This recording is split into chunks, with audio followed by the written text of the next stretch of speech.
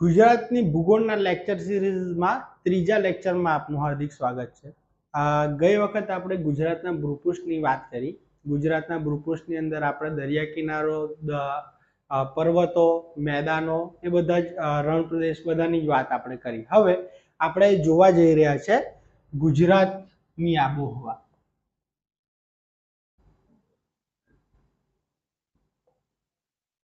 ગુજરાતની આબોહવા આપણે જોવા જઈ રહ્યા છે. સૌપ્રથમ આબોહવા એટલે શું એની વાત કરીએ, અને એના પહેલા બે મહત્વના શબ્દો છે, શબ્દોની સમજ આપણે લઈ લઈએ. એક તો હવામાન, જેને વેધર કહેવામાં આવે છે, અને બીજી આબોહવા, બરાબર છે, જેને ક્લાઇમેટ કહેવામાં આવે છે.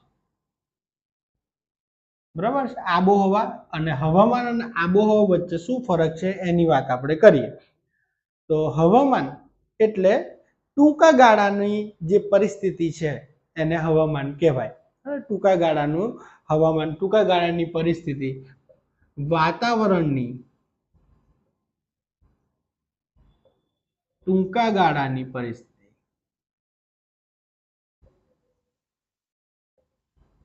એને શું કહેવામાં આવે છે? હવામાન કહેવામાં આવે છે, જેને વેધર કહેવામાં આવે છે. વેધરનો રિપોર્ટ આપણે અવારનવાર ચેનલોની અંદર જોઈએ છે, બરાબર છે, કે આ જગ્યાએ વરસાદ પડ્યો, આ જગ્યાએ અત્યારે તાપ નીકળેલો છે, ગરમી વધારે છે, ઠંડી વધારે છે, ભેજ વધારે છે, બરાબર છે, વાતાવરણ સૂકું છે. તો હવામાનની ટૂંકા ગાળાની જે પરિસ્થિતિ છે એને શું કહેવામાં આવે છે? મતલબ પર્યાવરણની, વાતાવરણની ટૂંકા ગાળાની પરિસ્થિતિને હવામાન એટલે કે વેધર તરીકે ઓળખવામાં આવે છે. હવે આ વેધર કેવું હોઈ શકે? તો કે ગમે તેવું હોઈ શકે. દિવસનું હોઈ શકે, રાતનું હોઈ શકે, બપોરનું હોઈ શકે, સાંજનું હોઈ શકે. એટલે ગમે તે વખતનું આ હવામાન તમે શું કરો છો? એનું બ્રોડકાસ્ટ, મતલબ એનું તમે એની સ્થિતિની તમે ચકાસણી કરી શકો છો કે દિવસે શું છે હવામાનમાં, રાત્રે શું છે, બપોરે શું છે, સાંજે શું છે, વહેલી સવારે શું છે, બરાબર. તો આ બધા સમયનું તમે જે અવલોકન કરો છો, વાતાવરણનું અવલોકન કરો છો, એને શું કહેવામાં આવે છે? હવામાન કહેવાય છે. હવે હવામાન પર અસર કરતા પરિબળોની વાત કરીએ તો હવામાન પર અસર કરતા પરિબળો તાપમાન, ભેજ, વાદળોનું પ્રમાણ, હવાનું દબાણ, બરાબર છે, ધુમ્મસ, આવા જે પરિબળો છે એ પરિબળો શાની પર? હવામાન પર અસર કરતા હોય છે. તમે જુઓ કે ભાઈ વાદળોનું પ્રમાણ જ્યારે વધારે પડતું વાદળ આવે તો એકદમ જ એ દિવસે તમને શું ગરમી ઓછી થવા લાગે છે. જે દિવસે તાપમાન વધારે હોય તમને ગરમી વધારે લાગે છે. ભેજ જ્યારે વધારે હોય ત્યારે ઝાકળ પડે છે, બરાબર છે, અને એ પ્રમાણે હવામાનની અંદર ફેરફાર થતા હોય છે. હવાનું દબાણ વધારે ઘટાડે વધારે હોય, ઓછું હોય તો એ પ્રમાણે પવનોની દિશા અને પવનોનો જે વેગ છે એ વેગ કેવો હોય તમને અલગ જોવા મળે છે. ધુમ્મસ હોય તો એ વખતે તમને હવામાન કેવું જોવા મળે છે? ધુમ્મસ, મતલબ એકદમ જોઈ ના શકાય એવું તમને જોવા મળે. દિલ્હીની અંદર તમારે આ વસ્તુ તમને જોવા મળે છે. શિયાળાની અંદર ધુમ્મસ જ્યારે થઈ જાય છે દિવસ દરમિયાન પણ તમને કશું જોવા નથી મળતું, પણ જેમ જેમ દિવસ ઉગે છે એમ એમ વાતાવરણ શું થાય છે? નોર્મલ થઈ જાય છે, બરાબર. તો આ બધા પરિબળો છે શાની પર અસર કરે છે? હવામાન પર અસર કરે છે. હવે આબોહવા શું છે? What is climate? તો ક્લાઇમેટની વાત કરીએ આપણે તો 35 વર્ષ કે તેથી વધુનું હવામાનની સરેરાશ, 35 વર્ષ કે તેથી વધારેના સમયની હવામાનની સરેરાશ જે તે પ્રદેશની 35 વર્ષ અથવા એથી વધારે તમે એક દિવસ હવામાનનું મૂલ્યાંકન કરો, 2 દિવસ રીડિંગ લો, 3 દિવસ, 4 દિવસ, એમ કહીને 1 વર્ષ, 2 વર્ષ, એમ કહીને 35 વર્ષ સુધી તમે જાઓ, બરાબર છે, અને એ હવામાનની શું કરો? તમે સરેરાશ કાઢો, તો એ તમને જોવા મળે કે ભાઈ એ જે તે પ્રદેશની શું તમને બતાવે છે? આબોહવા બતાવે છે કે ભાઈ અહીંની આબોહવા ગમે પર્ટિક્યુલર પ્રદેશની કોઈ આબોહવા કે ગુજરાતની આબોહવા કેવી છે. આ જે આબોહવા છે આબોહવા પર અસર કરનારા પરિબળો કયા કયા છે તો પહેલું છે અક્ષાંશ. પહેલા જ લેક્ચરની અંદર અક્ષાંશ અને રેખાંશની આપણે વાત કરી તો અક્ષાંશ આબોહવા પર શું કરે છે પોતાનું અસર છોડે છે. ત્યારબાદ દરિયાથી અંતર, દરિયાથી જે તે પ્રદેશ કેટલો દૂર છે નજીક છે એ. ત્યારબાદ દરિયા સપાટીથી ઊંચાઈ, બરાબર, દરિયાઈ સપાટીથી કેટલું ઊંચું છે કેટલું નીચું છે સ્થળ એની પણ વાત છે. દરિયાઈ કરંટો, બરાબર, દરિયાઈ ધારા તમે અલનીનો લાનીનો જ્યારે ભણશો ત્યારે તમને ખ્યાલ પડશે કે દરિયાઈ કરંટ કેવા હોય છે ને કેવી રીતે આબોહવા પર આખી અસર કરે છે. જમીનનો પ્રકાર,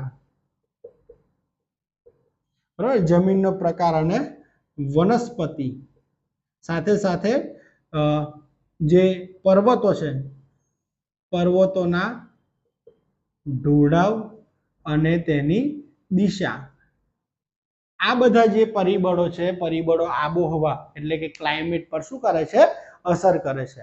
બરાબર, આપણે ભણવા જઈ રહ્યા છે ગુજરાતની આબોહવા. બરાબર, તો ગુજરાત એ ભારતની અંદર આવેલું છે. બરાબર, અને ભારત એ કર્કરેખા ઉપર આવેલો છે. તમને ખ્યાલ છે 6 જિલ્લાની અંદરથી કર્કરેખા પસાર થાય છે. બરાબર છે, તો અડધો ભાગ એનો વિષુવવૃત્તની અંદર મતલબ વિષુવવૃત્તીય પ્રદેશની અંદર આવે છે અને અડધો ભાગ શાની અંદર આવે છે સમશીતોષ્ણ કટિબંધની અંદર આવે છે. બરાબર, તો એ વસ્તુ આપણે જોવા જઈએ. હવે ઋતુઓની વાત કરીએ તો જનરલી દુનિયાની અંદર મોટા ભાગના દેશોની અંદર કેટલી ઋતુઓ છે? 2 ઋતુઓ છે, એક શિયાળો જેમાં તાપમાન ઓછું હોય અને એક ઉનાળો. બરાબર છે, પરંતુ વિષુવવૃત્તીય દેશો એની અંદર એક ત્રીજી ઋતુ વિશિષ્ટ ઋતુ આવે છે જેને વર્ષા ઋતુ તરીકે ઓળખવામાં આવે છે. વર્ષા ઋતુ જેને ચોમાસું તરીકે ઓળખવામાં આવે છે. સ્વાભાવિક વસ્તુ છે કે ભાઈ મોસમી, આપણે જે ભારત દેશ છે મોસમી આબોહવા ધરાવે છે એટલા માટે ભારતની અંદર કેટલી છે મુખ્ય ઋતુઓ 3 છે. પરંતુ ભારતીય હવામાન ખાતાએ ભારત માટે કેટલી ઋતુઓ બનાવી છે? 4 ઋતુઓ બનાવી છે. તો કઈ ઋતુઓ છે? તો પહેલું છે શિયાળો, બીજું છે ઉનાળો, ત્રીજું છે ચોમાસું એટલે વર્ષા ઋતુ અને ચોથી એક ઋતુ છે પાછા ફરતા મોસમી પવનો. બરાબર, આ 4 ઋતુ ભારતની અંદર તમને જોવા મળે છે. સ્વાભાવિક વસ્તુ છે કે ગુજરાત એ ભારતનો જે હિસ્સો છે, બરાબર છે, ભારતનું જ અંગ છે એટલા માટે ગુજરાતની અંદર પણ તમને કેટલી ઋતુઓ જોવા મળશે? 4 ઋતુઓ જોવા મળશે. તો આપણે જોઈશું શિયાળાની વાત કરીએ તો ડિસેમ્બરથી લઈને ફેબ્રુઆરી સુધી તમને શિયાળો જોવા મળે છે, તાપમાન તમને ઠંડુ જોવા મળે છે. ઉનાળાની વાત કરીએ તો માર્ચથી લઈને મે સુધી તમને શું જોવા મળે છે? ઉનાળો જોવા મળે છે. ચોમાસાની વાત કરીએ તો જૂનથી લઈને સપ્ટેમ્બર મહિના સુધી તમને ચોમાસું જોવા મળે છે અને પાછા ફરતા મોસમી પવનો ઓક્ટોબર અને નવેમ્બર મહિનાની અંદર તમને જોવા મળે છે. જે પ્રમાણે મહિનાઓ છે મહિના પ્રમાણે કમ્પ્લીટ સેટ થઈ ગયું છે. શિયાળો ડિસેમ્બરથી ફેબ્રુઆરી, ઉનાળો માર્ચથી મે, ચોમાસું છે જૂનથી સપ્ટેમ્બર અને પાછા ફરતા મોસમી પવનો ઓક્ટોબરથી નવેમ્બર. આ 2 મહિના દરમિયાન શું થાય છે? આ થાય છે.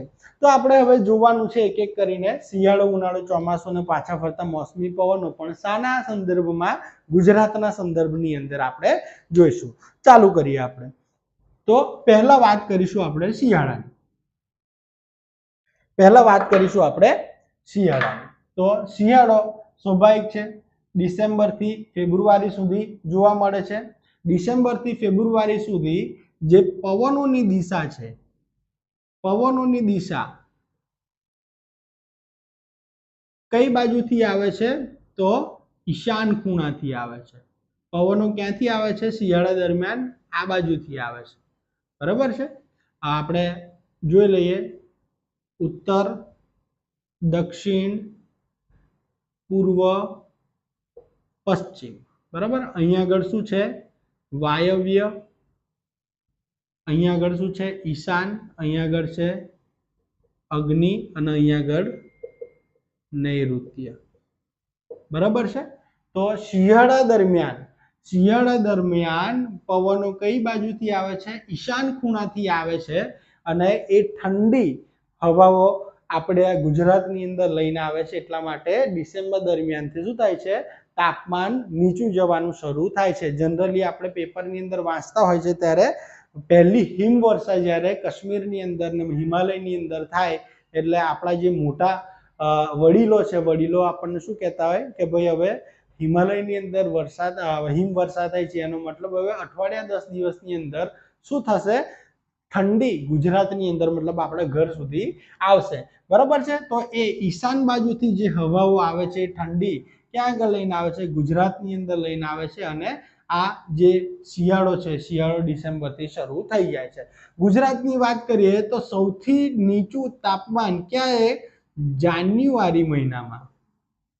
જાન્યુઆરીમાં સૌથી નીચું તાપમાન તમને જોવા મળે છે. સૌથી ઠંડો મહિનો જાન્યુઆરી મહિનો હોય છે અને આ જગ્યાએ ગુજરાતની અંદર કચ્છ જે છે, કચ્છનું નલિયા જે છે, નલિયાની અંદર તમને સૌથી વધારે ઠંડી અનુભવાય છે. નલિયા, કચ્છના નલિયાની અંદર સૌથી વધારે તમને ઠંડી અનુભવાય છે. શિયાળાની અંદર અમુક વખતે વાતાવરણીય બદલાવ થાય છે.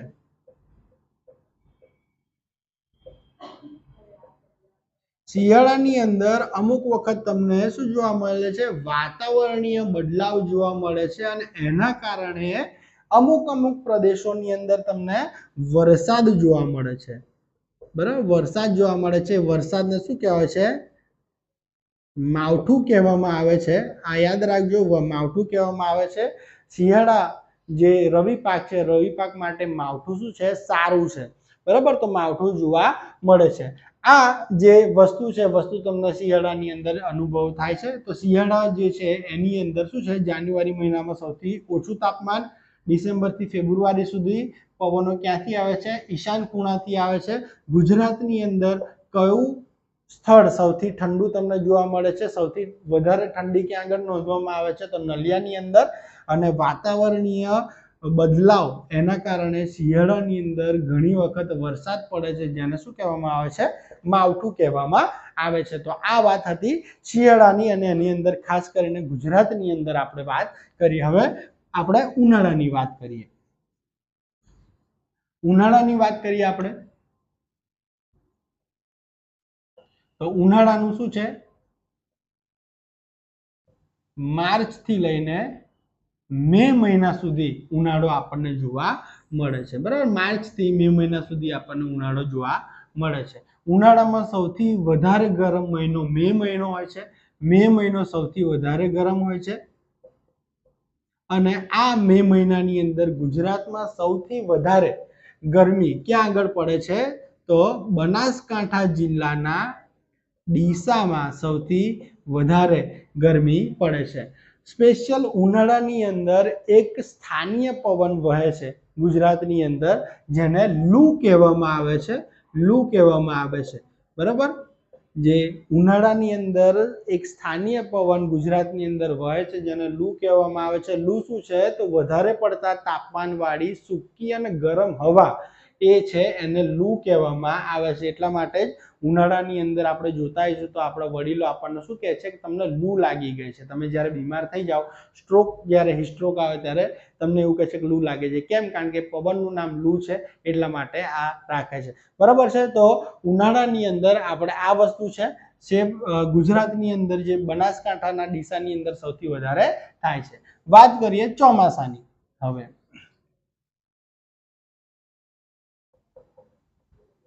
ચોમાસાની વાત કરીએ. વાતાવરણીય બદલાવ થાય, પ્રેશર બેલ્ટની અંદર શું થાય? બદલાવ થાય, દબાણ બદલાય, એટલા માટે પવનોની દિશા બદલાય.